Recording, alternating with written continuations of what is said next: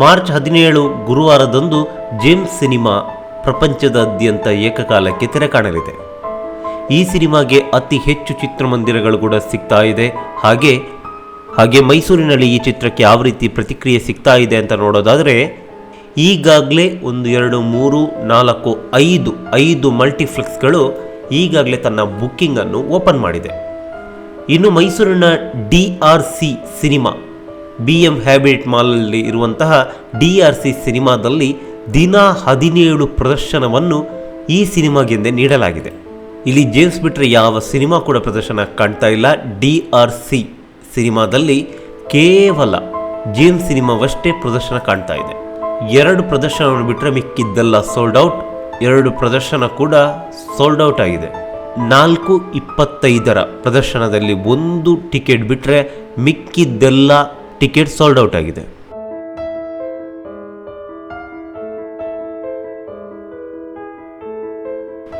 ಎರಡನೇ ಚಿತ್ರಮಂದಿರ ಐನಾಕ್ಸ್ ಮಾಲ್ ಮೈಸೂರು.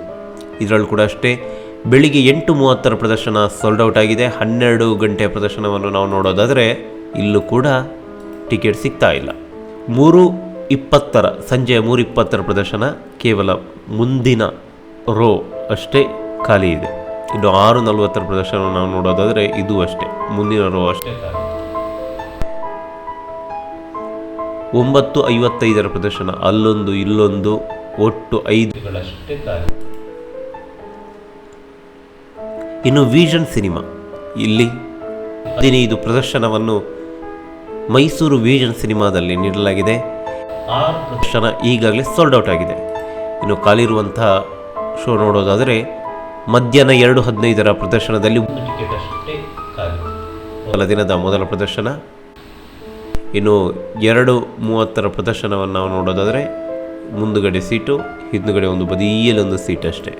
ಇನ್ನು 3 ಗಂಟೆಯ ಪ್ರದರ್ಶನ ಕೂಡ ಅಷ್ಟೇ, ಮುಂದಿನ ರೋದ ಸೀಟ್ ಅಷ್ಟೇ ಖಾಲಿ ಇದೆ. ಹಾಗೇನು 6 ಗಂಟೆ ಪ್ರದರ್ಶನ ಕೂಡ ಅಷ್ಟೇ. 6:30 ಪ್ರದರ್ಶನ ಕೂಡ ಮುಂದಿನ ಒಂದಿಷ್ಟು ಸೀಟ್ಗಳು. 7 ಗಂಟೆಯ ಪ್ರದರ್ಶನ ಕೂಡ ಮುಂದಿನ ಒಂದಿಷ್ಟು ಸೀಟುಗಳು. 9:30 ಪ್ರದರ್ಶನ ಕೂಡ ಅದೇ ರೀತಿ. ಹಾಗೆ 9:45 ಪ್ರದರ್ಶನ ಕೂಡ ಅದೇ ರೀತಿ ಮೈಸೂರು ವಿಷನ್ ಸಿನಿಮಾದಲ್ಲಿ.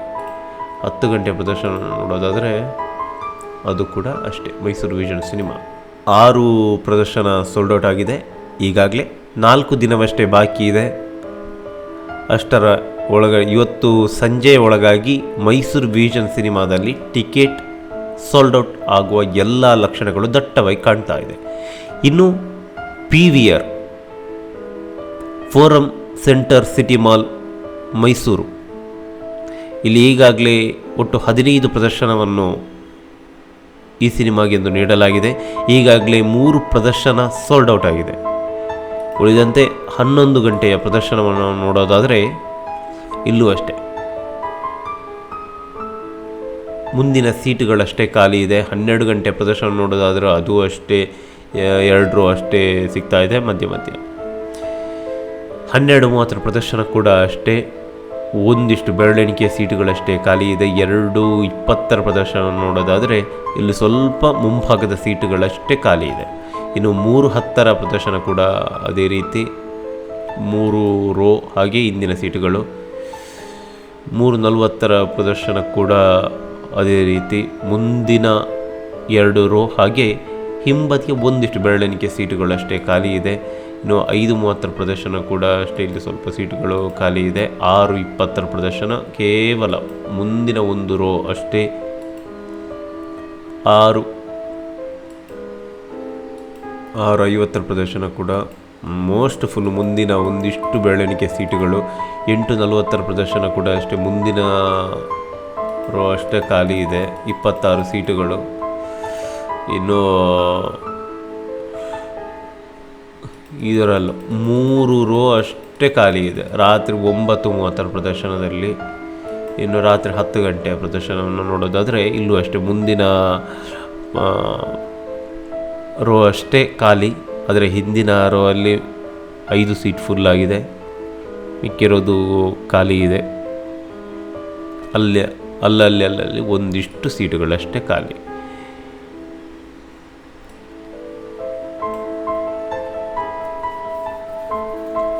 ಇನ್ನು PVR ಗರುಡ ಮಾಲ್ನಲ್ಲಿ ನಾವು ನೋಡೋದಾದರೆ ಇಲ್ಲಿ ಒಟ್ಟು 2 ಪ್ರದರ್ಶನ ಸೋಲ್ಡ್ ಔಟ್ ಆಗಿದೆ.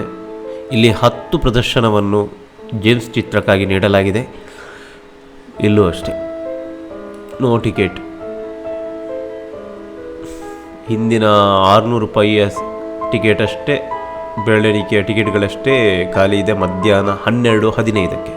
ಇನ್ನು 2:20 ಪ್ರದರ್ಶನ, ಇಲ್ಲಿ ಸ್ವಲ್ಪ ಮುಂದಿನ 3 ರೋ ಖಾಲಿ ಇದೆ.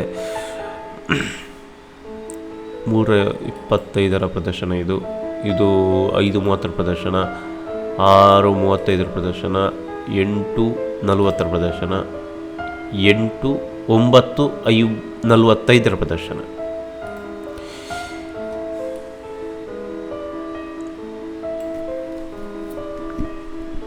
ಇದು ಮಲ್ಟಿಪ್ಲೆಕ್ಸ್ನಲ್ಲಿ ಯಾವ ರೀತಿ ಜೇಮ್ಸ್ ಚಿತ್ರಕ್ಕೆ, ಮೈಸೂರಿನ ಮಲ್ಟಿಪ್ಲೆಕ್ಸ್ನಲ್ಲಿ ಜೇಮ್ಸ್ ಚಿತ್ರಕ್ಕೆ ಯಾವ ರೀತಿ ಪ್ರತಿಕ್ರಿಯೆ ಇದೆ ಎಂದು ನಿಮಗೆ ಈಗಾಗಲೇ ಗೊತ್ತಾಗಿದೆ. ಅಭೂತಪೂರ್ವ ಪ್ರತಿಕ್ರಿಯೆ ಇತ್ತು. ದಿನದಲ್ಲಿ ಒಟ್ಟು ಈ ಮಲ್ಟಿಪ್ಲೆಕ್ಸ್ನಲ್ಲಿ 62 ಪ್ರದರ್ಶನವನ್ನು ಈಗಾಗಲೇ ಆಯೋಜಿಸಲಾಗಿದೆ.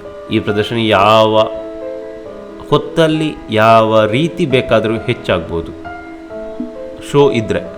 ಈಗ ಎಕ್ಸಾಂಪಲ್ DRCಯಲ್ಲಿ ಯಾವುದೇ ಟೈಮಿಂಗ್ಸ್ ಇಲ್ಲ, ಅಲ್ಲಿ ಪ್ರದರ್ಶನ ಹೆಚ್ಚಾಗುವ ಸಾಧ್ಯತೆ ಇಲ್ಲ.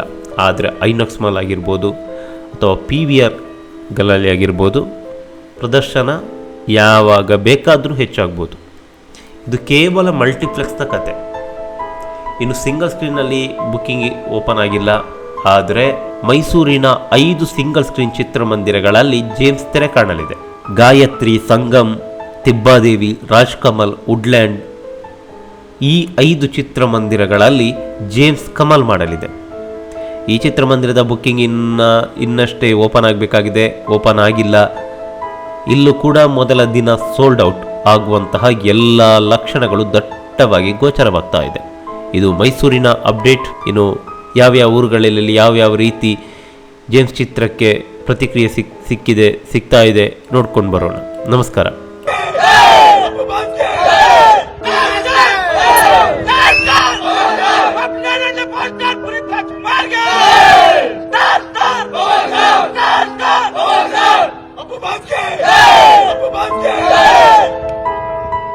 ಈ ಮಾಹಿತಿ ನಿಮಗೆ ಇಷ್ಟವಾಗಿದ್ದರೆ ಲೈಕ್ ಮಾಡಿ, ಶೇರ್ ಮಾಡಿ, ಹಾಗೆ ನಮ್ಮ ಕೋಸ್ಟಲ್ ಕನ್ನಡ ಯೂಟ್ಯೂಬ್ ಚಾನಲ್ಗೆ ಸಬ್ಸ್ಕ್ರೈಬ್ ಮಾಡಿ. ನಮ್ಮ ಹೆಚ್ಚಿನ ಅಪ್ಡೇಟ್ಸ್ಗಳಿಗಾಗಿ ಕೋಸ್ಟಲ್ ನೆಟ್ವರ್ಕ್ ಇನ್ಸ್ಟಾಗ್ರಾಮ್ ಪೇಜ್ ಹಾಗೆ ಫೇಸ್ಬುಕ್ ಪೇಜ್ಗೆ ವಿಸಿಟ್ ಮಾಡಿ. ಧನ್ಯವಾದಗಳು.